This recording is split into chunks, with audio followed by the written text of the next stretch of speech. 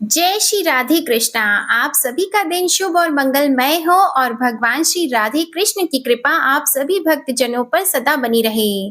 आज सुनिए आषाढ़ मास महात्म्य का अध्याय 21।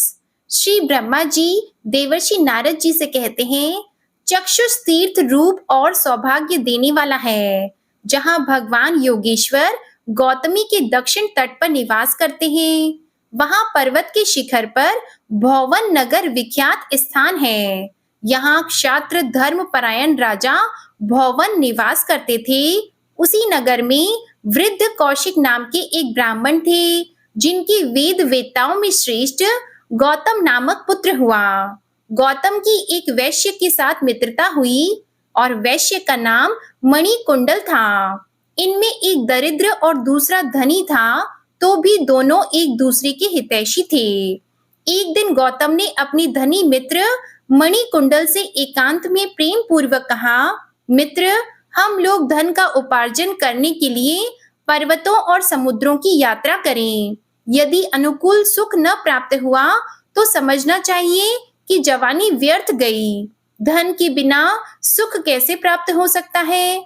अहो, निर्धन मनुष्य को तो धिक्कार है। कुंडल ने ब्राह्मण से कहा, मेरे पिता ने बहुत धन कमाया है, अब अधिक धन लेकर क्या करूंगा? तब ब्राह्मण ने पुनः मणिकुंडल से कहा, जो धर्म अर्थ ज्ञान और भोगों से तृप्त हो जाए, ऐसा कौन पुरुष प्रशंसनीय माना जाता है? सखी, इन सबकी अधिकाधिक वृद्धि ही समस्त शरीरधारियों को अभीष्ट होती है।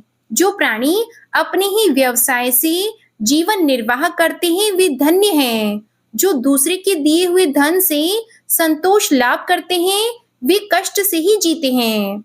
जो पुत्र अपने बाहुबल का आश्रय लेकर धन का उपार्जन करता है और पिता के धन को हाथ से नहीं छूता, वह संसार में कृतार्थ होता है। धन अभिलाषी ब्राह्मण का यह कथन सुनकर वैश्य ने उसे सत्य माना और घर से रत्न लाकर गौतम को देते हुए कहा, मित्र, इस धन से हम लोग सुख पूर्वक देश देशांतरों में भ्रमण करेंगे और धन कमाकर फिर अपने घर को लौट आएंगे। वैश्य तो अपनी सद्भावना के अनुसार सत्य ही कहता था, किंतु ब्राह्मण उसे धोखा दे रहा था।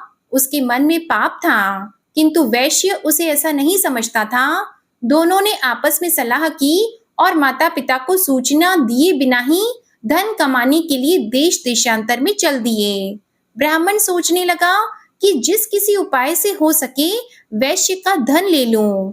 अहो, पृथ्वी पर सहस्त्रों सुंदर नगर हैं, जहां काम की अधिष्ठात्री देवी जैसी अभीष्ट भोग प्रदान करने वाली युवतियां हैं। यदि यत्न पूर्वक धन लाकर उनको दिया जाए तो वे सदा भोगी जा सकती हैं और वही जीवन सफल है। किस प्रकार वैश्य से अपने हाथ में आए हुए धन को हड़प कर उसका इच्छा अनुसार उपभोग करूं?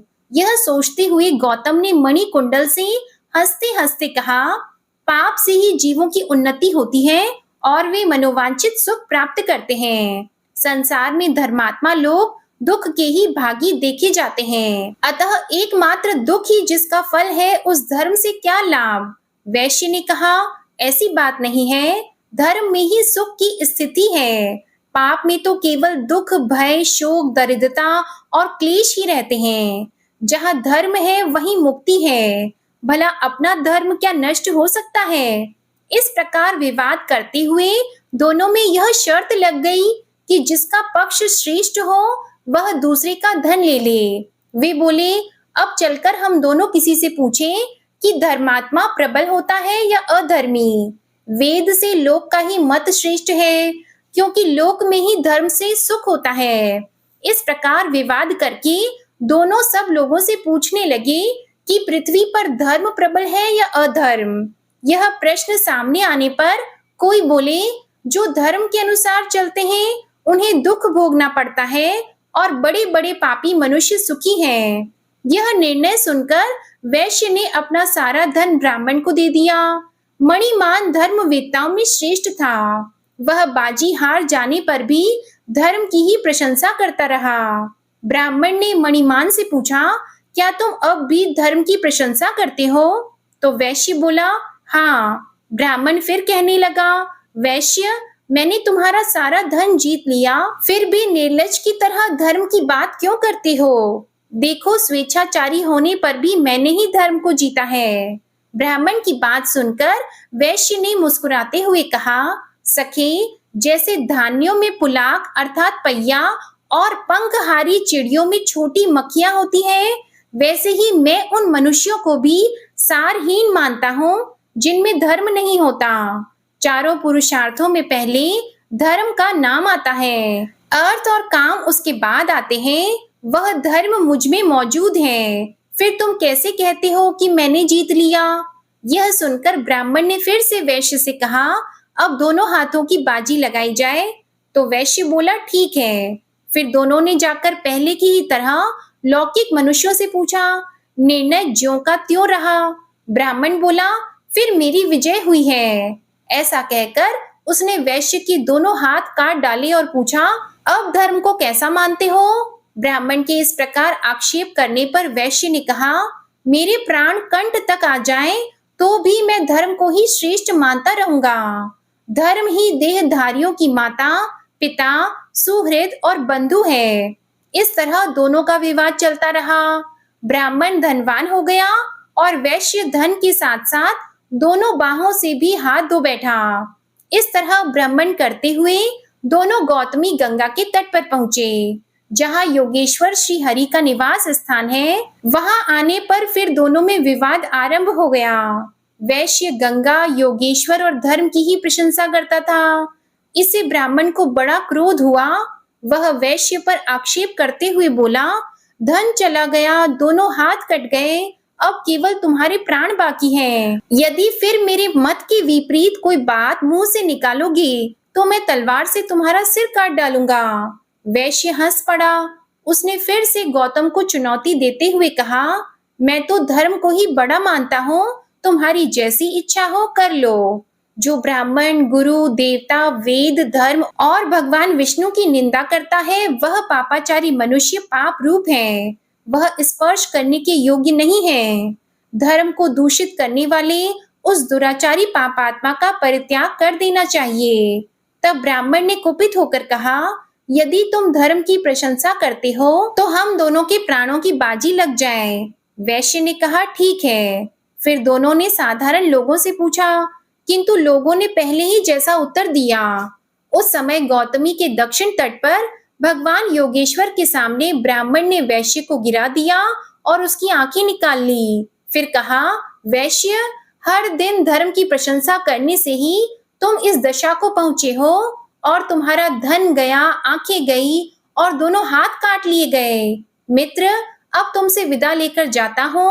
फिर कभी बातचीत में इस तरह धर्म की प्रशंसा न करना। ऐसा कहकर गौतम चला गया।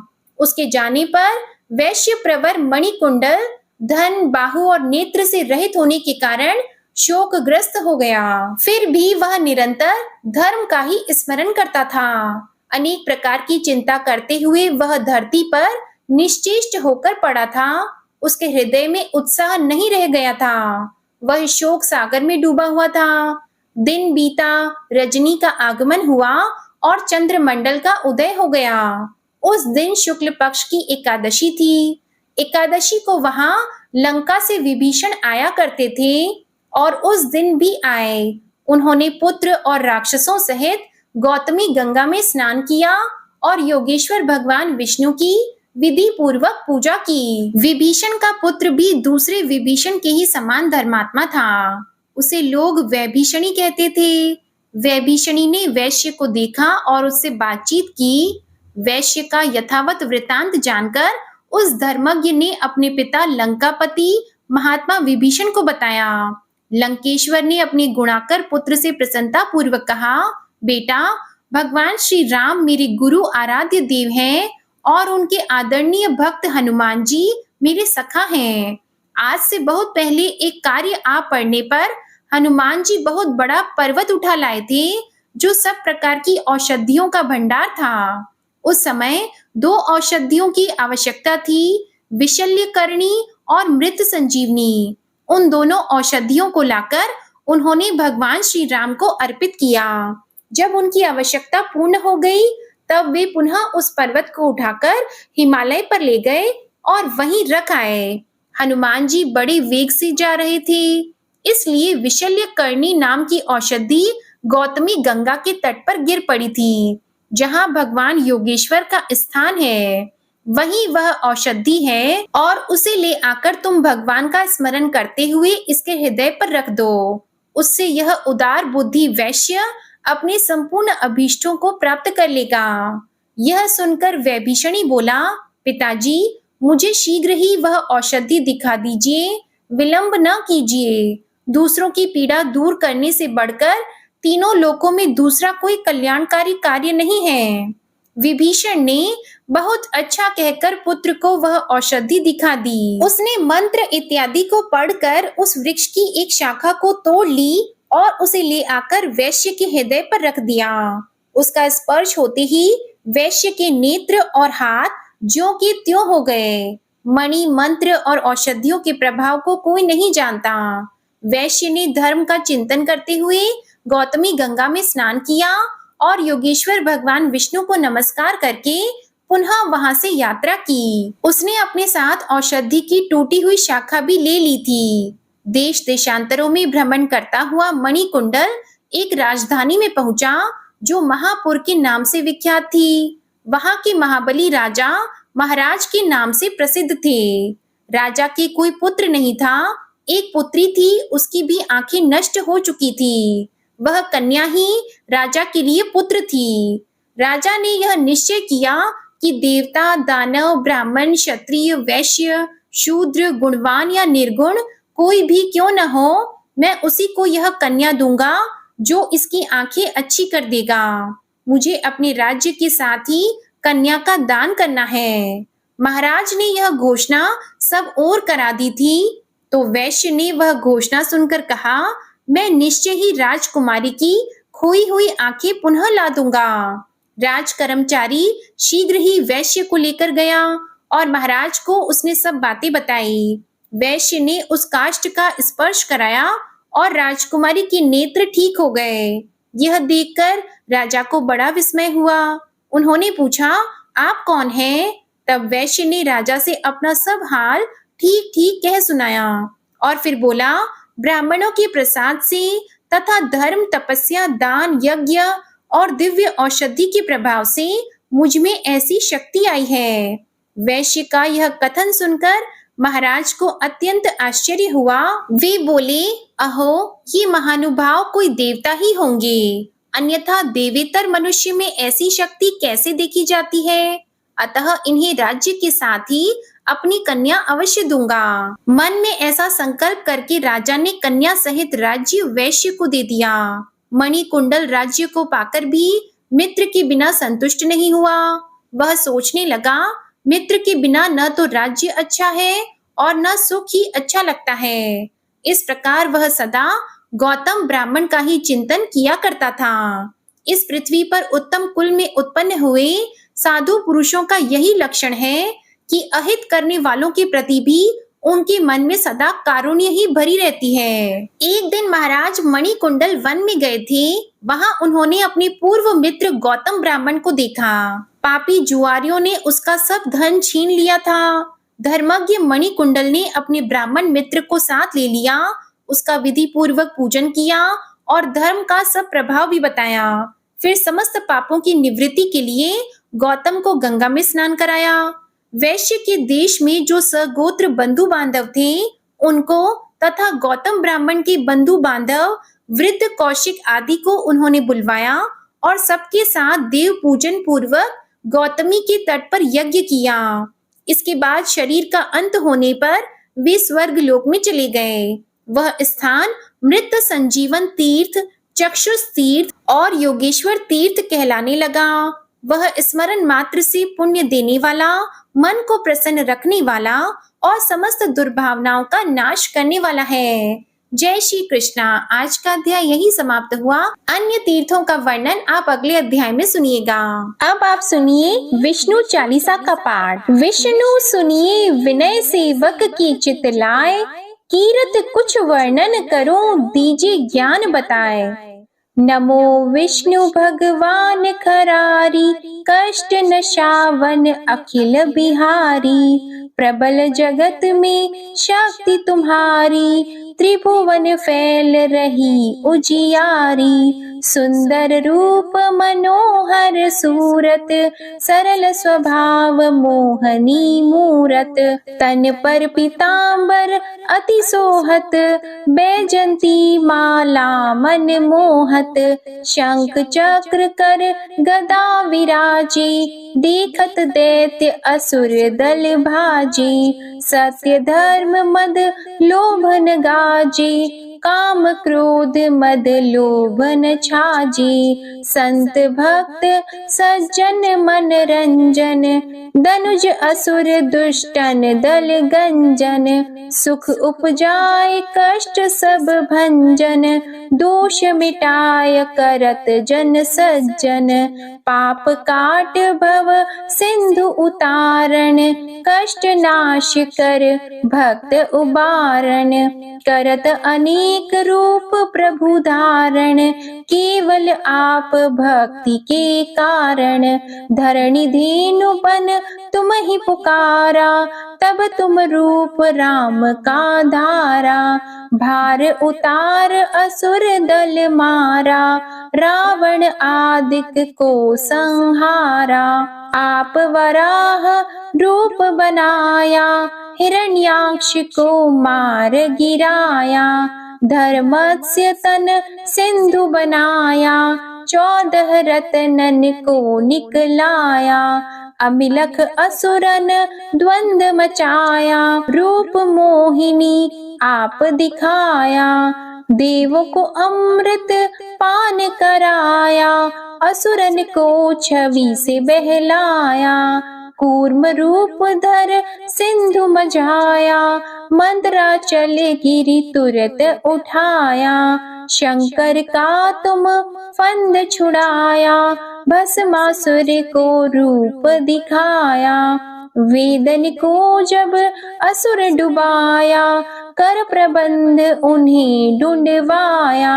मोहित बन कर खल ही नचाया, उस ही कर से भस्म कराया।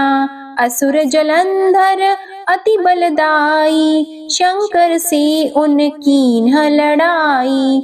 हार पार शिव सकल बनाई, कीन सती से छल खल जाई। सुमिरन कीन तुम्हें शिव रानी, बतलाई सब विपत कहानी। तब तुम बने मुनीश्वर ज्ञानी, वृंदा की सब सुरति भुलानी। देख 3 धनुज शैतानी, वृंदा आए तुम्हें लपटानी। हो स्पर्श धर्म क्षति मानी, हना असुर उर शिव शैतानी। तुमने ध्रुव प्रहलाद उबारे, हिरणाकुश आदिक खल मारे। गणिका और अजामिल तारे, बहुत भक्त भव सिंधु उतारे। हरहु सकल संताप हमारे, कृपा करहु हरि सिरजनहारे। देखहु मैं निज दर्श तुम्हारे, दीप बंधु भक्तन हितकारे। चाहता आपका सेवक दर्शन, करहु दया अपनी मधुसूदन। जानो नहीं योग्य जब पूजन, होय यज्ञ स्तुति अनुमोदन। शील दया संतोष सुलक्षण, विदित नहीं व्रत बोध विलक्षण। करहु आपका किस विधि पूजन, कुमति विलोक होत दुख भीषण। करहु प्रणाम कौन विधि सुमिरन, कौन भांति मैं करहु समर्पण। सुर मुनि करत सदा सेवकाई, हर्षित रहत परम गति पाई।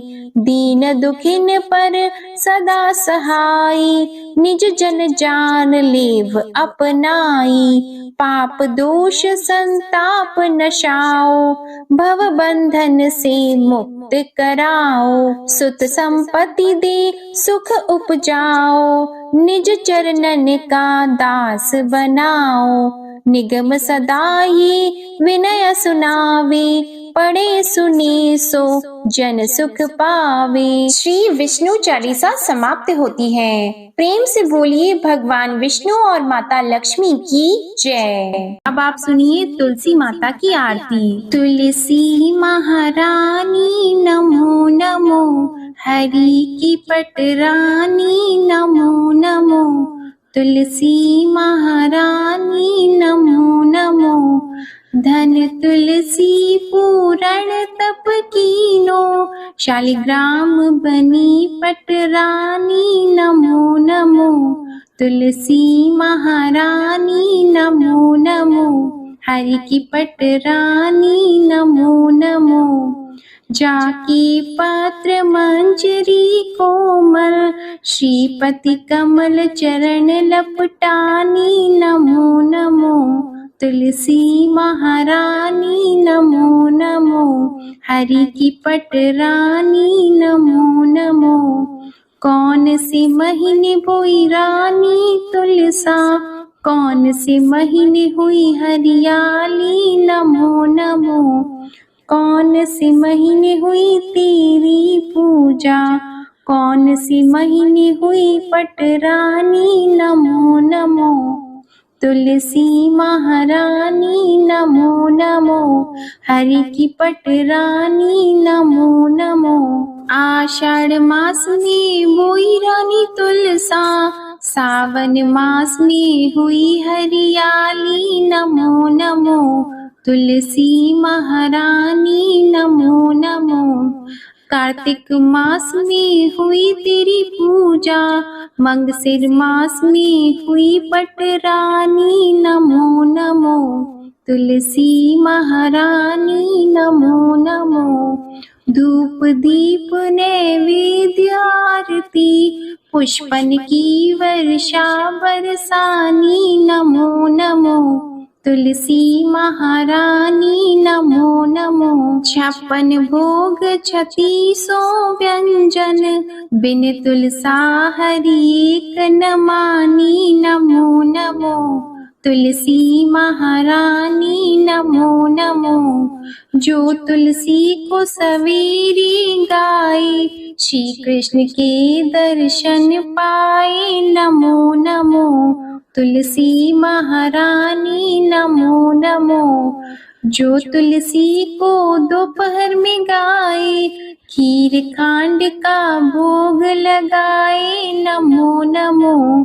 तुलसी महारानी नमो नमो। जो तुलसी को सांझ को गाए, श्री कृष्ण की आरती उतारे नमो नमो। तुलसी महारानी नमो नमो। जो तुलसी को रात को गाए, श्री कृष्ण के चरण दबाए नमो नमो।